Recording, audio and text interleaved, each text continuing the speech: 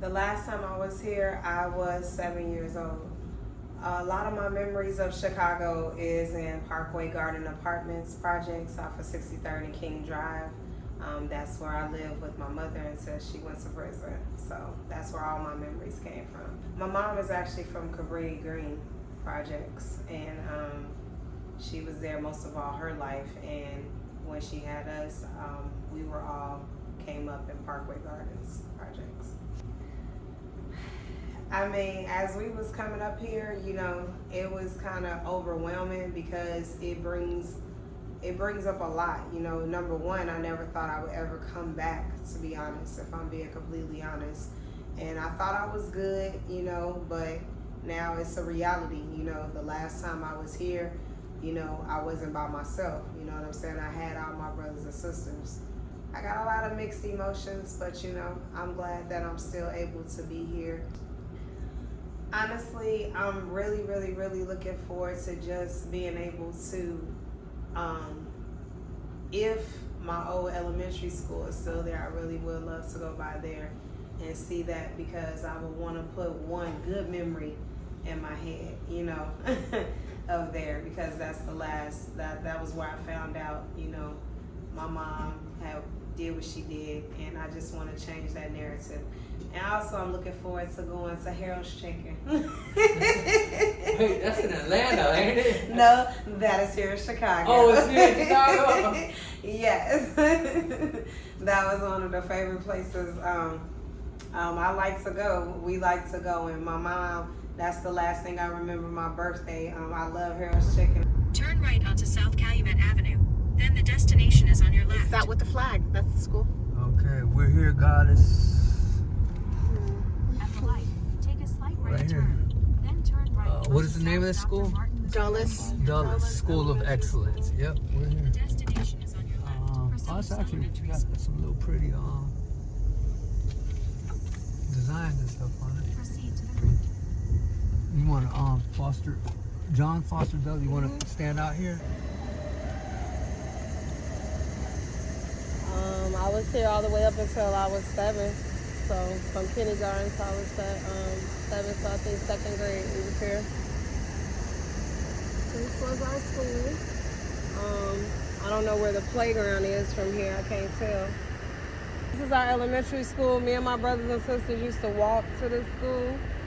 And actually, if this is the front of the school, so the playground around back is where, when they came in with the worker to come in to get us when we were removed from the school, when we found out about my mom going to prison. So this is where I started, where it all started, right here. You see this red right here? This is where we was on the playground, and when we very first, it was this, they said, was talking about my mom, and we got in a fight because he thought he was lying on my mama. So my first fight was right here on this playground when we jumped the boy together. So yeah, no bragging, but that's the last memory I have right here on this playground. It's here. So yeah, this is my school, and this is where we was kids. For them 7 years, we was able to be kids. So I got a good memory of here. So, all right, that's it. Proceed to the route. Turn right onto East 63rd Street. Then take a slight right turn. At the light, take a Good. slight right turn. Then turn right onto South Dr. Martin Luther King Jr. Drive.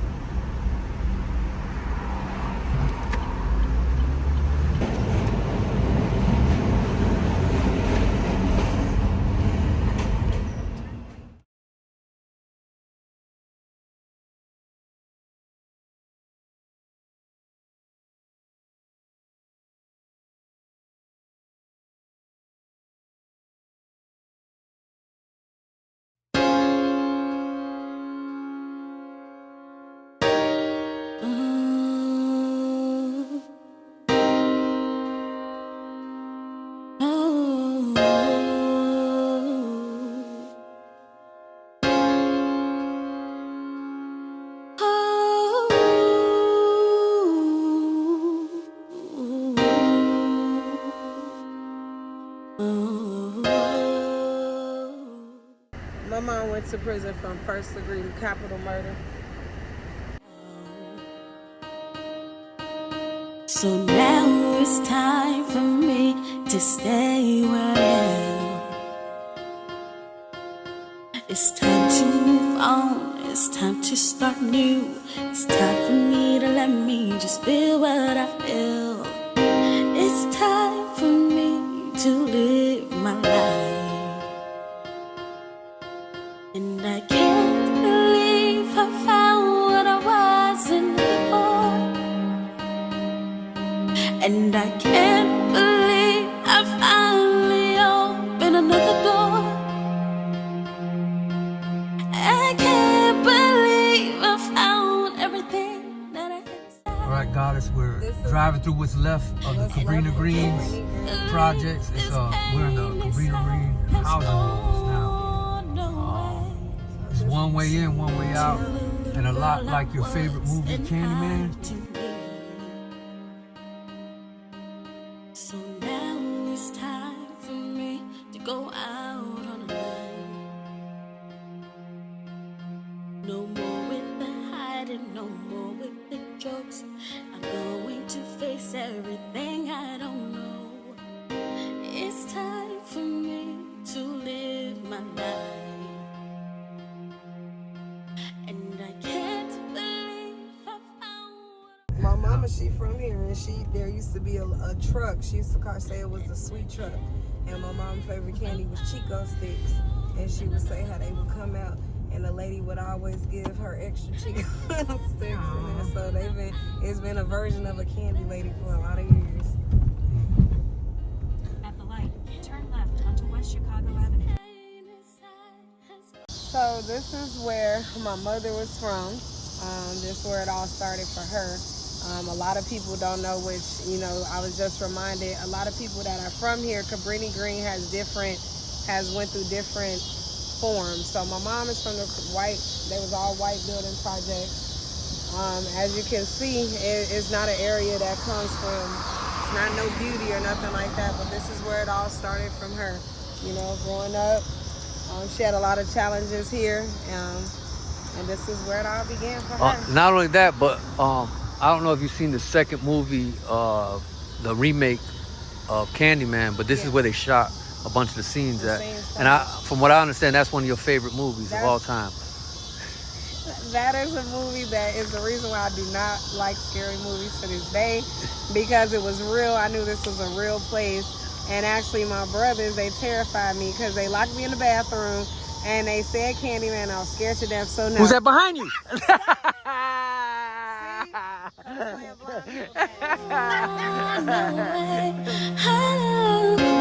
The things I did, the things I hid, the lies I told, I wasn't whole, the life I had.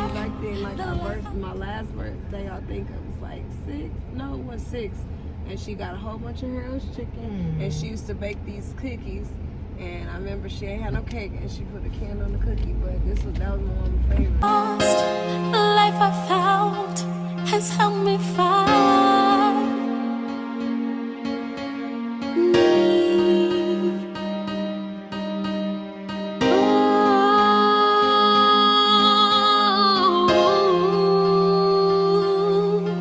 and I can't believe I found what I wasn't looking for.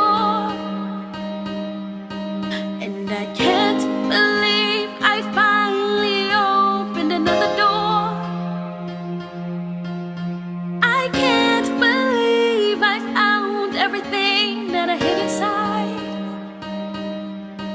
And I can't believe this pain, this high has gone away.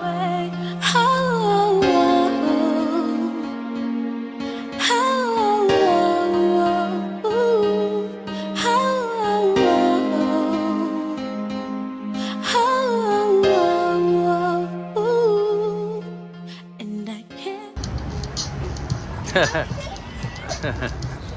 We even made it to the Apollo. I'm super excited. Y'all don't see the tear, but this means a lot. I wasn't supposed to see it. I wasn't supposed to make here, but I'm here. So this is a testament that anything is possible. Right on. It's a dream about coming to the Apollo, and now I'm so excited to be here. Yes, you have to take pictures. There's a tree of hope right here behind you. Oh, the I- replica. that's what hope they enough. touch The for tree good of hope. luck. Really? You know that? Yes. That's the tree that they touch. Oh my gosh, when they go on and rub it? Yes. I would have got booed by the sand. I got you. I got you. I'm recording you. Yeah. I need all the hope. You know, I'm not ashamed of my biological family by far. I like to get that straight because at the end of the day, yes, my biological mother is a murderer. Yes, she was. Yes, she was a murderer. She was a prostitute. She was an addict. She suffered from mental illness. But at the end of the day, that was my mother. I wouldn't be basically who I am today. I wouldn't even be here if it wasn't for this person, this wonderful woman right here that I love so much. I share my story a lot now, but it was very hard. But basically who I am today is for people, real life heroes that don't get acknowledged. This is someone who I'm going to let her tell you in her own words. So, this is my mama, y'all. Okay. So, I think it was, what year was this? 98. We were going to church, and her father and her brother, you know, all of them started going to our church, and we met them. We let her, she had all these braids coming down her butt. Mm-hmm. And I'm gonna cry. Oh my God. And so she would come to me and talk to me and tell me, you know, stuff she was going through with her dad. And so my husband told me to go over there. So I went over there to the house. I didn't like how they were living, and it was really bad. You know, they didn't have beds or nothing. But the dad had money, but he wasn't taking care of his kids. So because we were in church, we went to our pastor and I asked him, what did he think we should do? He said, if you prayed on it, go ahead, and you know. So we took all 4 of them. It was Goddess, well, Amistar, Goddess, Krishna, and Indra. So let me pause real quick right there, because one thing I didn't know is she didn't know that I had lied. So when I did first met her, my dad had already abandoned us, and we had been living in this apartment. It was a 1-bedroom apartment. We had been living in this apartment for like about 2 months with no parent. My dad had left. He said he was going somewhere, and that was the last time I saw him. He was like fleeing from the police for some charges that he was facing, which we didn't know at the time. But I was young at the time, and I was working, even though I was too young to be working, but I was working because of having my brothers and sisters. We didn't have no food. We didn't have no electricity. We had nothing. And on the way to a job that I was working at in a food court, and I was only, I was young, you know, but I was working there. I passed this building every day, and I would hear music, and I knew it was a church because it was music. And this one particular day, there was so much snow outside. I've always been short, and it was like up past my knees, and I just remember crying because I couldn't take it no more, you know what I'm saying? So that's what led me into the church that day, which led to the story she had explained. Yes. And then when we got the 4 of them, her 2 brothers, she had a brother named Krishna, and he was a lot. So he got into it with the commander in Kazakhstan, and he made some terroristic threats or whatever. They came to my husband and myself, and they said you have 24 hours to get him out of here. Anybody that's out there thinking about, you know, helping a kid or it's hard, but I want you to know we was bad kids. They stole. You know, we did. Lied. We did. I remember one time her sister did something. I didn't want to whoop her. She started whooping her, then I whooped her. And then the next day we took a family portrait. Everybody was smiling. And she shares that ugly picture to this day that I cannot stand. That was before I knew about inches, y'all. They wasn't used to anything. We wasn't used to nothing. I gave them a pillow. They was happy. A blanket. Like, things that we take for granted, they never really had of their own. And, you know, when we got them, they wasn't telling me the whole story about their mother. So they finally told me about their mother, that was in prison for murder. Okay. Like, we got them pillows and we thought it was Christmas, you know what I'm saying? Because living in an apartment, you have to understand, we were young kids who were abandoned in a foreign country. We were in Germany. We had no paperwork. We were in this one bedroom apartment. We didn't have beds. We were sleeping. We had found some cushions to a couch, and we put them on the floor. We didn't have water. We didn't have sink. We had water in the toilet. We would flush the toilet, and we would drink water out of the toilet to keep drinking. We didn't have food. You feel where I'm coming from? It's not like here. And it's not like here where you have people like have food banks are bringing you food. And then when you don't speak the language, I had to learn how to communicate, because again, we were 4 black kids left in a foreign country by ourselves. You know what I'm saying? So it was people like, but even still, we were bad. We didn't know what it was like to be loved. We didn't have that. You know what I'm saying? We came from abuse.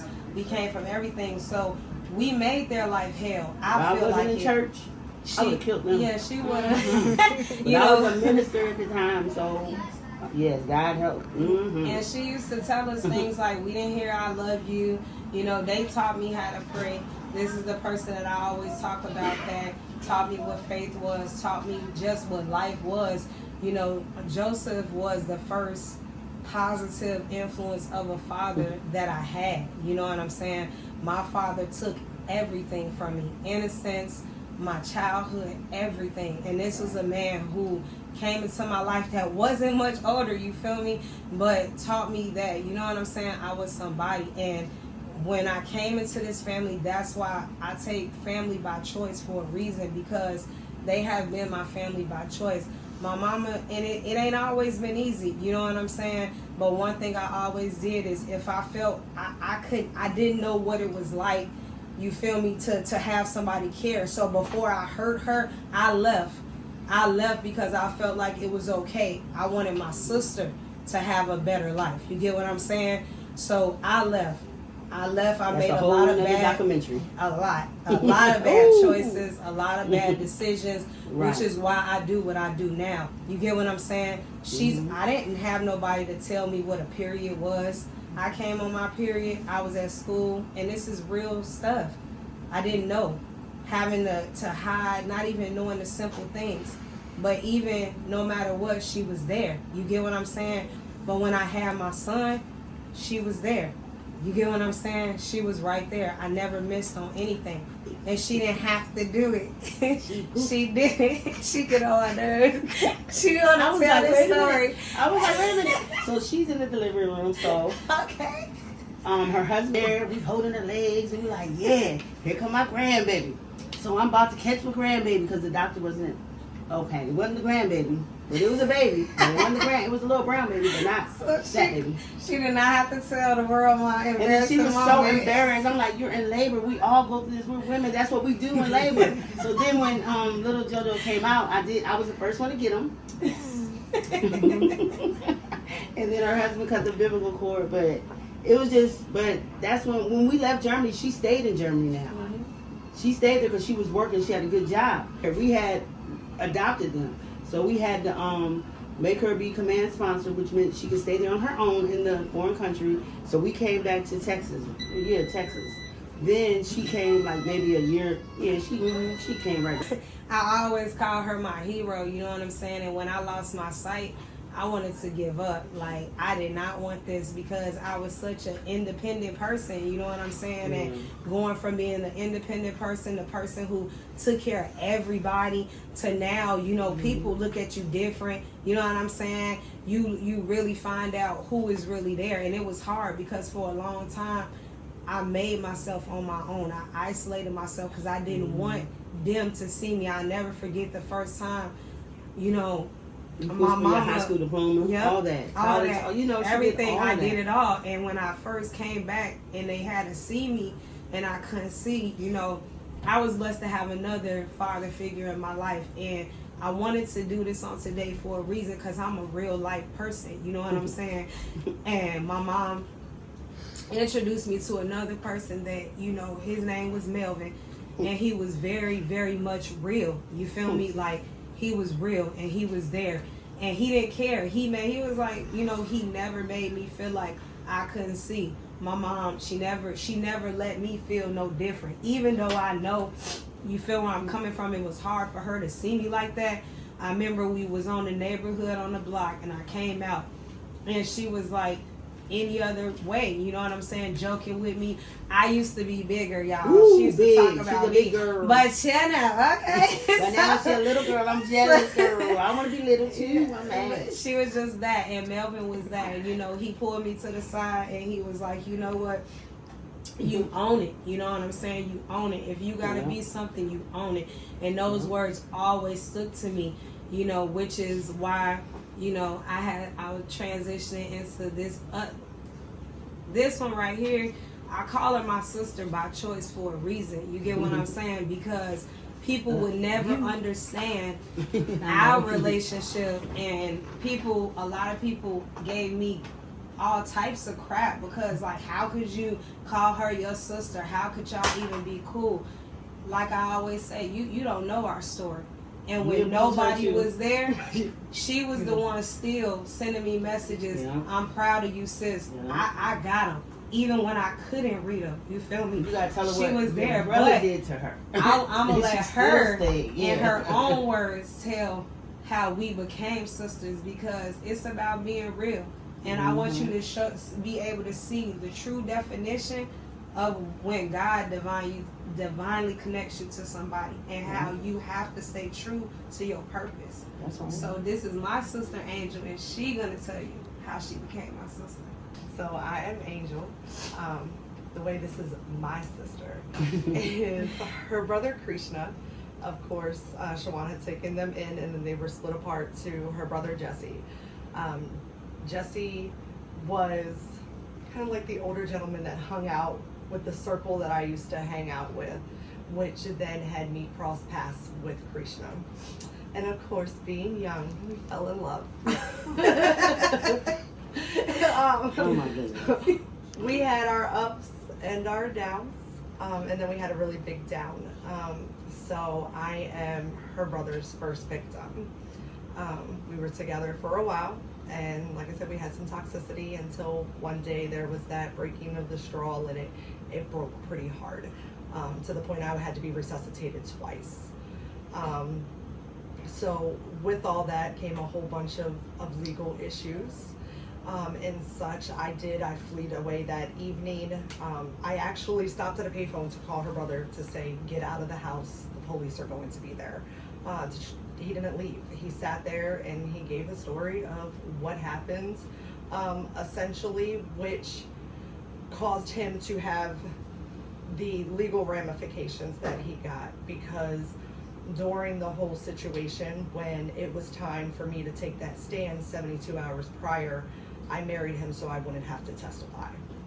Sometimes I kind of wish, like we said earlier, I would have testified, because then he would have still been incarcerated and not killed a young woman. So that's a little hard. But man, let me tell you, it was worth everything to have my sister, you know, because if life didn't connect me the way that it did, I mean, we wouldn't be where we are at this table sharing amazing journeys together.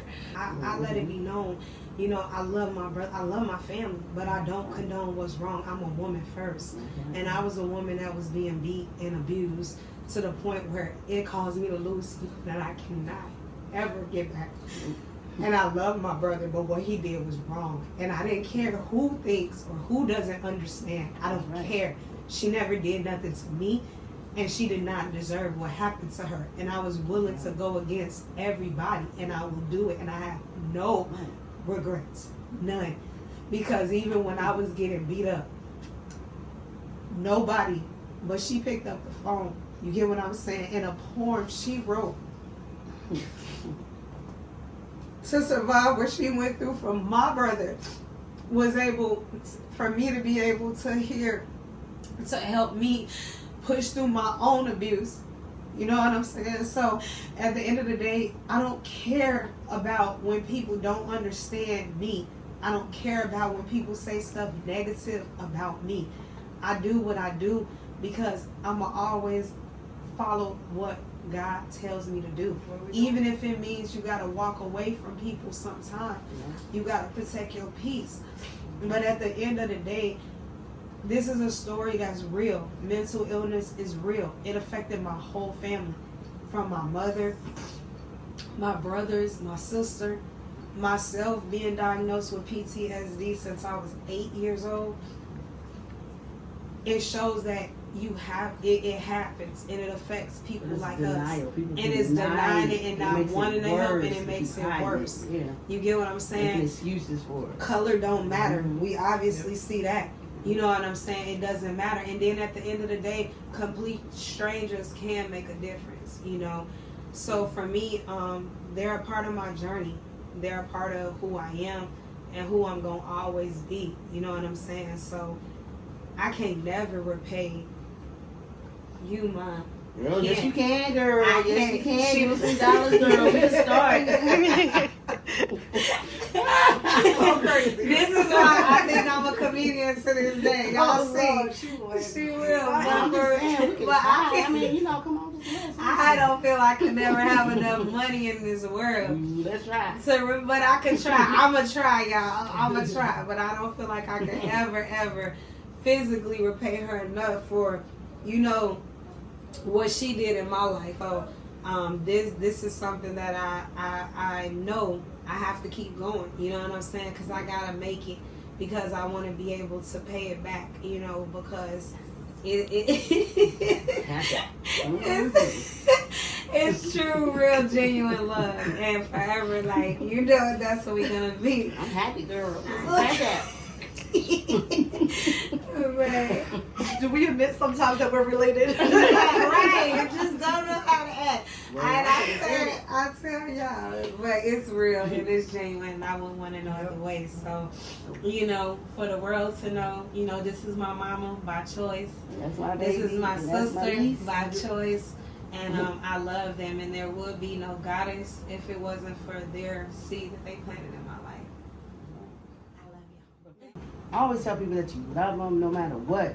Even if you're not speaking to them, send them a text and say, I love you.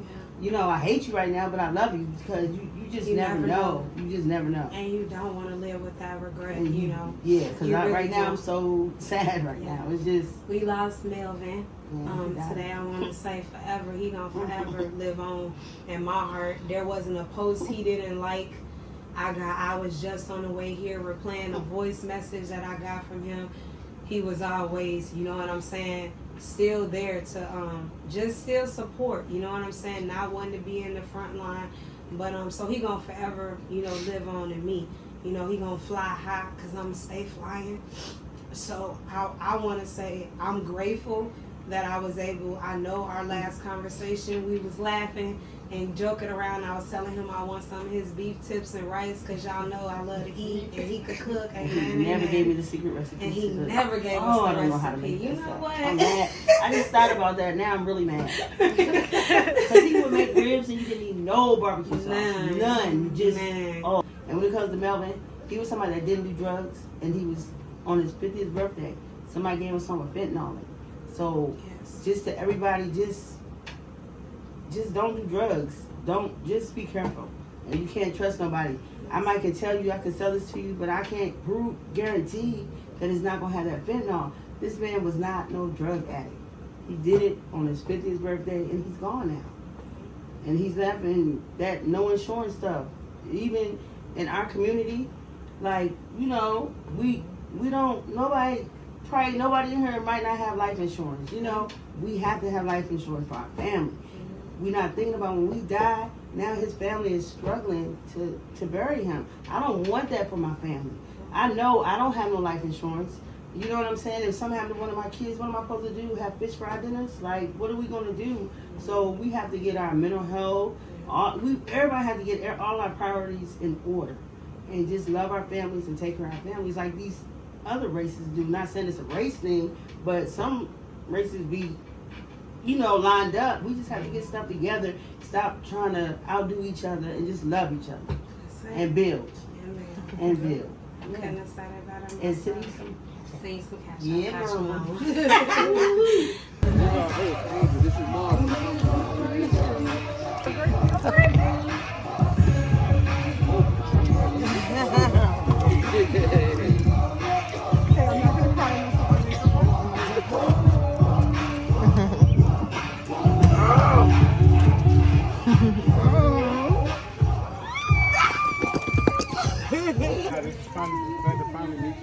How you doing, baby? All these years. I know. We went and got injured from Texas, and I lived over there with Jesse and then with Chris and everything. I heard so much about you. Nice to meet you.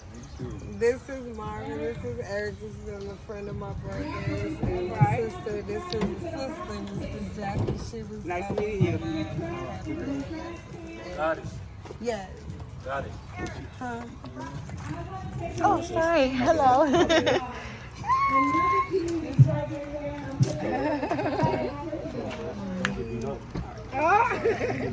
Now I got all this back up. You know who I'm rolling with? Hey! Look.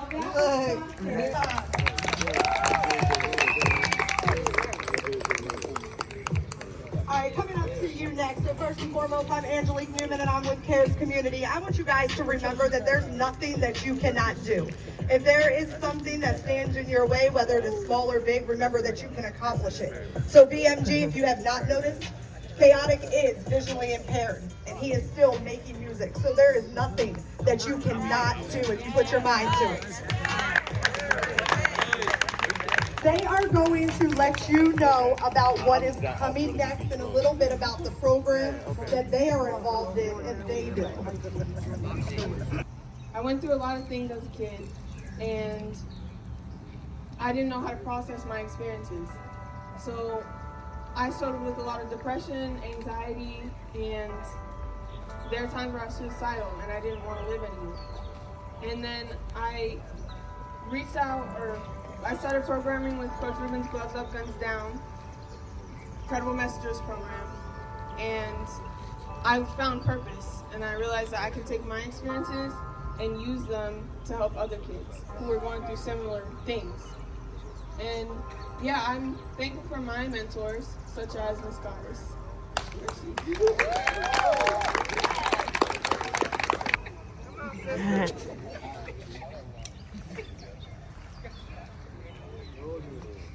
Hello, hello, hello. I know y'all can do better than that. Come on. I gotta hear you. Let me hear you. Okay, okay. All right. So, okay. I come here because I'm the perfect example of what the definition of mental illness can happen and how it can destroy you if you let it. I am so very thankful to stand here today to be able to speak on this topic. And I want to first and foremost say how it needs to be more awareness raised on this issue in our young people. Mental illness struck my family at a very early age. My mother suffered from manic depression and bipolar. And at 7 years old, my mom went to prison for life. And my life changed in a major way. I'm one of 4 kids. I have 2 brothers and a sister.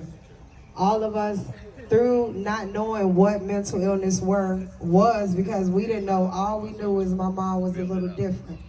But she tried to do the best she could. And for me, I stand here today not having my own natural family, but I thank God for the family that I have made for myself. I lost my brothers right here at Aberdeen. I came here with a family that took us in. And I knew right away that this wasn't the place for me. You know, but when you don't have family, you turn to a different type of family. You turn to gangs because you just want to belong and you want to be a part of something. And from having my mom taken at a very young age and having my father being the first person to take something from me that he shouldn't have took as being my father, I had a lot of anger in me. So I did a lot of things that I wasn't proud of. I watched my brother at a very early age. He was very angry. I never really knew why. But for me, them was my brothers. That's my family. My brother suffered from mental illness very bad, but it wasn't diagnosed. We didn't have community leaders. We didn't have programs. We didn't have any of that. We had a system that we were in that from the age, from me being in the system from 9 to probably about 13 until I decided to run away, it hurt me. It robbed me of everything from being physically, mentally, and sexually abused. So it didn't help me at all. It made me even more angry. And for me standing on this stage right here, Angel, I call Angel my sister by choice, but a lot of people don't know Angel was my brother's first victim, and Angel could have lost her life. She flatlined twice, and from day one, I never made excuses of that. I stood by her side, and I told her I loved her, and I was there. Even though my brother was serving a life for what he did, but I never condoned it. But to stand here today and be united and be able to take everything that I went through and be able to turn it around, I didn't have nobody present for me. I wish I had my mom there to tell me to get on my nerves and tell me to clean up a room. All I knew as a 13, I had to figure out how to survive, how to put a roof over my head, and how not to end up like what society told me I was gonna be, which was nothing, but end up in prison like my mother and my brothers and everybody else in my family. And after I fought through that, and I was the first in my family to start another legacy, I graduated high school. I graduated college. Not only that, I went on to do something good. Instead of hurting people, I was helping people, and I was being a nurse. And at 28 years old, I was involved in a tragic car accident in which I was thrown from a car, and I spent 8 months and 45 days in a coma. And when I woke up, I could no longer see again. But that was the greatest gift that was able to be given to me. Because on that day, I lost my physical sight, but I gained a greater vision. I take pride in being able to stand and inspire people through my pain, because through pain comes strength. The 16 times I tried to take my life and didn't succeed because I didn't know I was dealing with mental illness from being diagnosed with post-traumatic stress disorder at the age of 8 years old. 8. I wasn't in nobody's war at 8, but I was in a lot of trauma in life at 8 years old. But through all of that, I'm proud to be able to connect and to travel. And now those same people who told me I wasn't gonna be anything, I am Miss Blind USA. I wear this crown proudly because it took a journey to get this crown.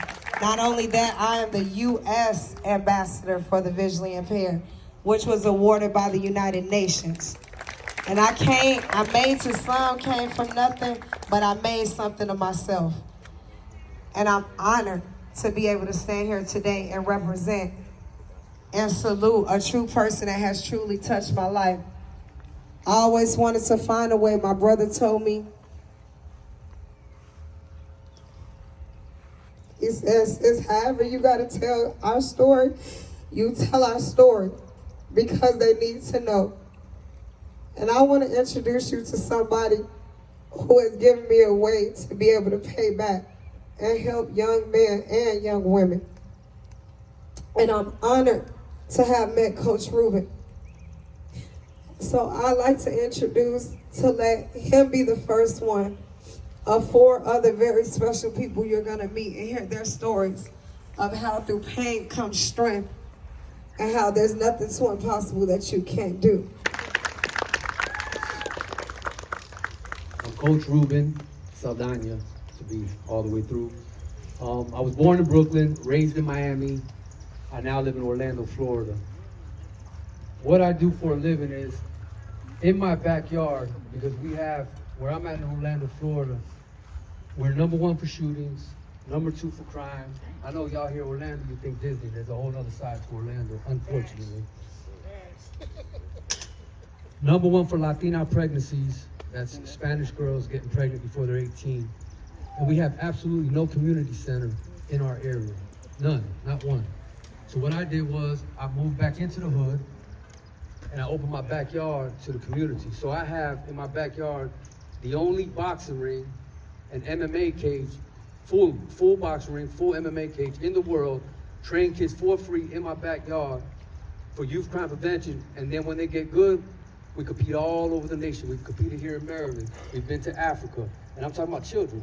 We've been to Amsterdam. We've been to Rome, Italy's Olympic Center. And while that might seem like my greatest achievement in my heart, I didn't just wake up one day and say, I want to help a bunch of kids. Y'all know y'all ain't easy to deal with. You know that, right? I ain't gotta tell you that. You know you ain't easy to deal with, right?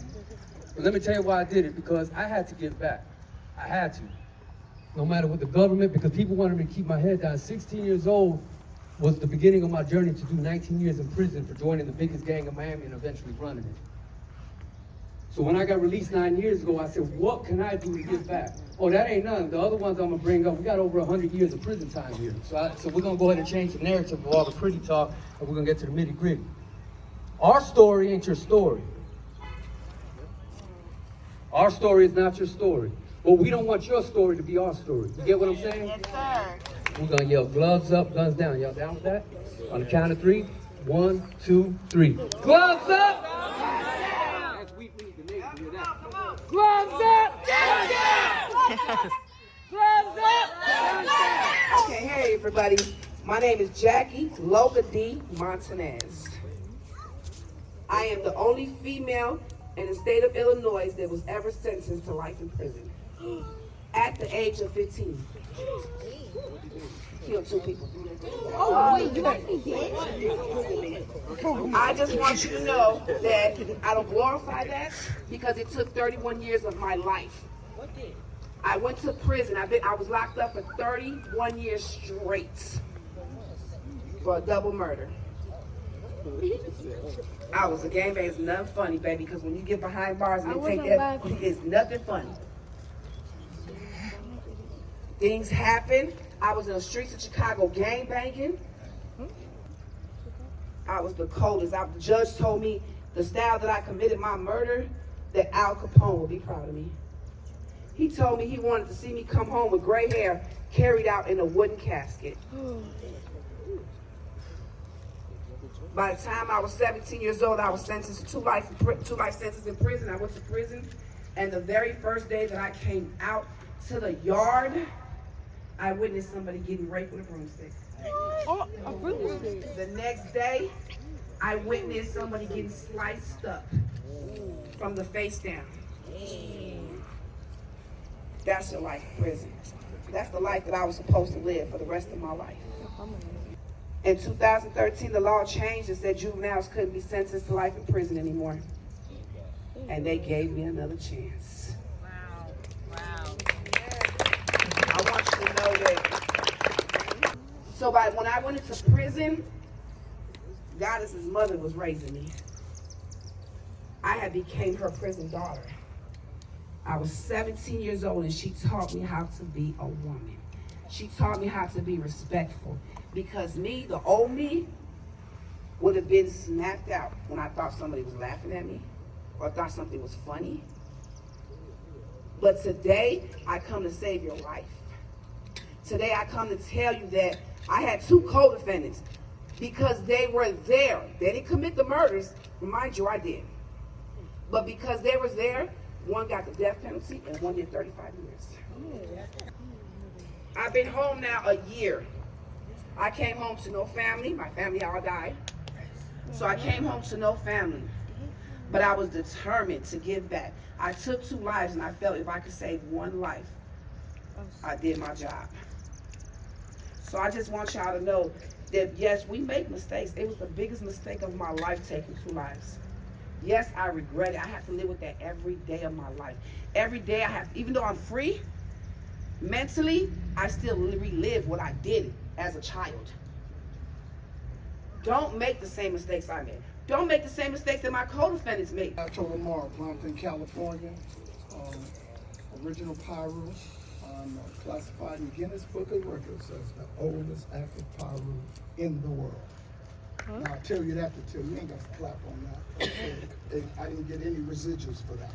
Yeah. And what everybody's been talking about is choices. I can tell you my history from 9 years old, in and out of jail, 17 for robbery, murder, 25 years in prison, and we had to come out here. Going to jail is something to talk about it, it's just like flunking the 3rd grade and having to go over again.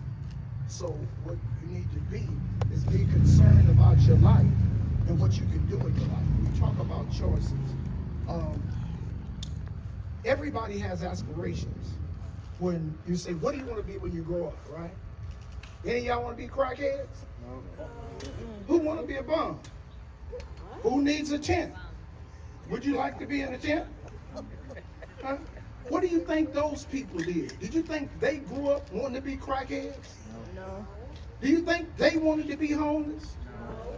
It was a critical error in their life when they made another decision. And prison is not always inside somewhere. Prison is a state of mind. If you're on the street and you can't buy your children clothes, you in prison. If you got a car and ain't got no tags and you're scared of the police, you in prison.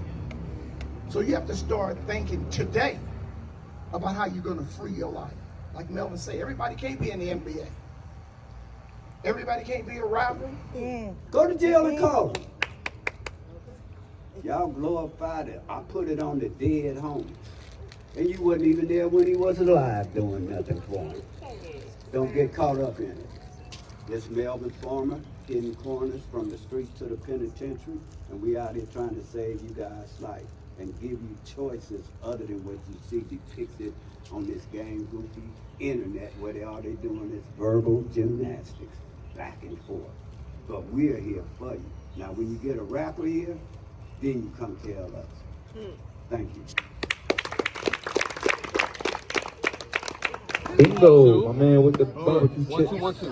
Wait. That was my face. Hold on. Let me get in position first. Hold on. Let me get in position. Hold on. 1, 2, 1, 2. 8, 2, 7. 1, 2. 8, 2, 7. Now we're gonna do it fast. Mango. Not yet. When I say go, go. Okay.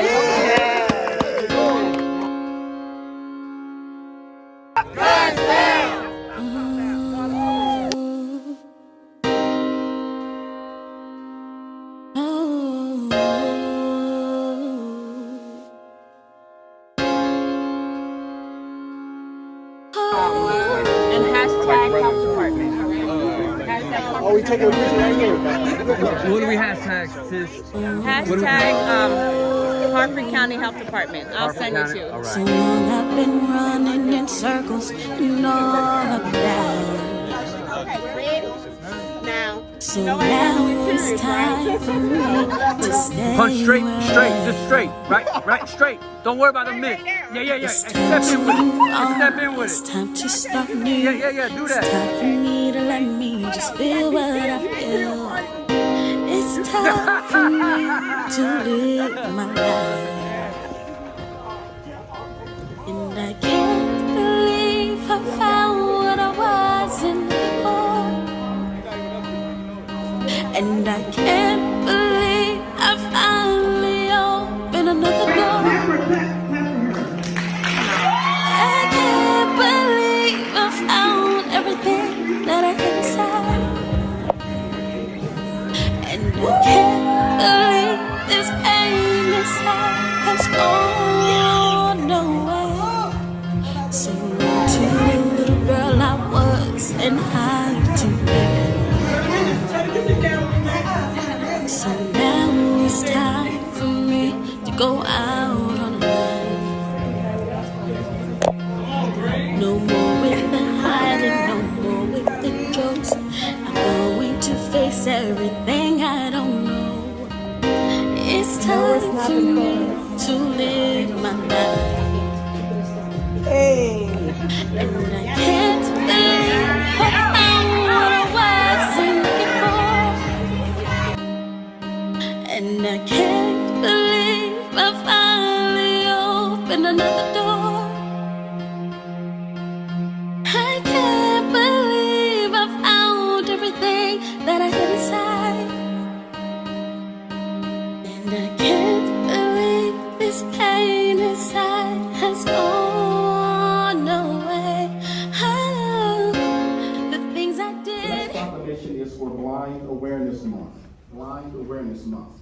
And the proclamation reads, Whereas Blind Awareness Month was launched in October 2009 to acknowledge individuals who are blind or visually impaired. And whereas during October 2023, we will recognize the 14th anniversary of Blind Awareness Month. And whereas Orange County government is committed to ensuring the freedom and equal opportunity for all visually impaired residents. Now therefore, Jerry L. Demings, by virtue of the authority vested in him as Orange County Mayor, does hereby proclaim October 2023 as Blind Awareness Month in Orange County, Florida. And in order, this 10th day of October 2023, signed by the Mayor and all 6 members of the Board of County Commissioners. Receiving the proclamation and delivering comments is Goddess Johnson. Let me tell you a little bit about Goddess.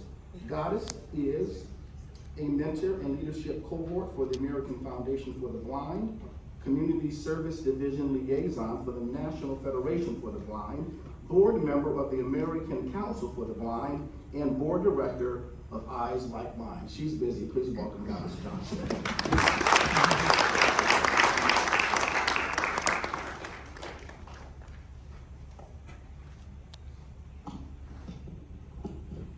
Good morning. I want to thank very much Mayor Deming and the Board of County Commissioners Office for this acknowledgement and recognition.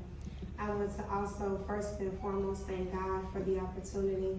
I want to thank my pastors, Jonathan and Christina Miller, for allowing me to continue to shine my light and believe in me. I definitely want to thank Coach Ruben for his vision and believing in me for being the first legally blind national credible messenger, and allowing me to use my life and not allowing my lack of physical sight to interfere with my vision. I want to thank my child, my son, my hero, who encouraged me 13 years ago when I lost my sight to continue to reach and never give up. Blind Equality Month is special because we love to show the world that our blindness is not an inability, it's a capability that allows us to always push beyond any limitations and do whatever we set our mind to. I'm thankful to all my credible messenger family that is here, and all of my best friend who came all the way from New Jersey, who is my partner in this blind world, Miss Newark, USA, Miss Crystal Allen. I will continue to represent for the blind and visually impaired community and show the world what's possible beyond visual loss. Thank you. I wasn't home, the life I had, the life I lost, the life I found has helped me find me.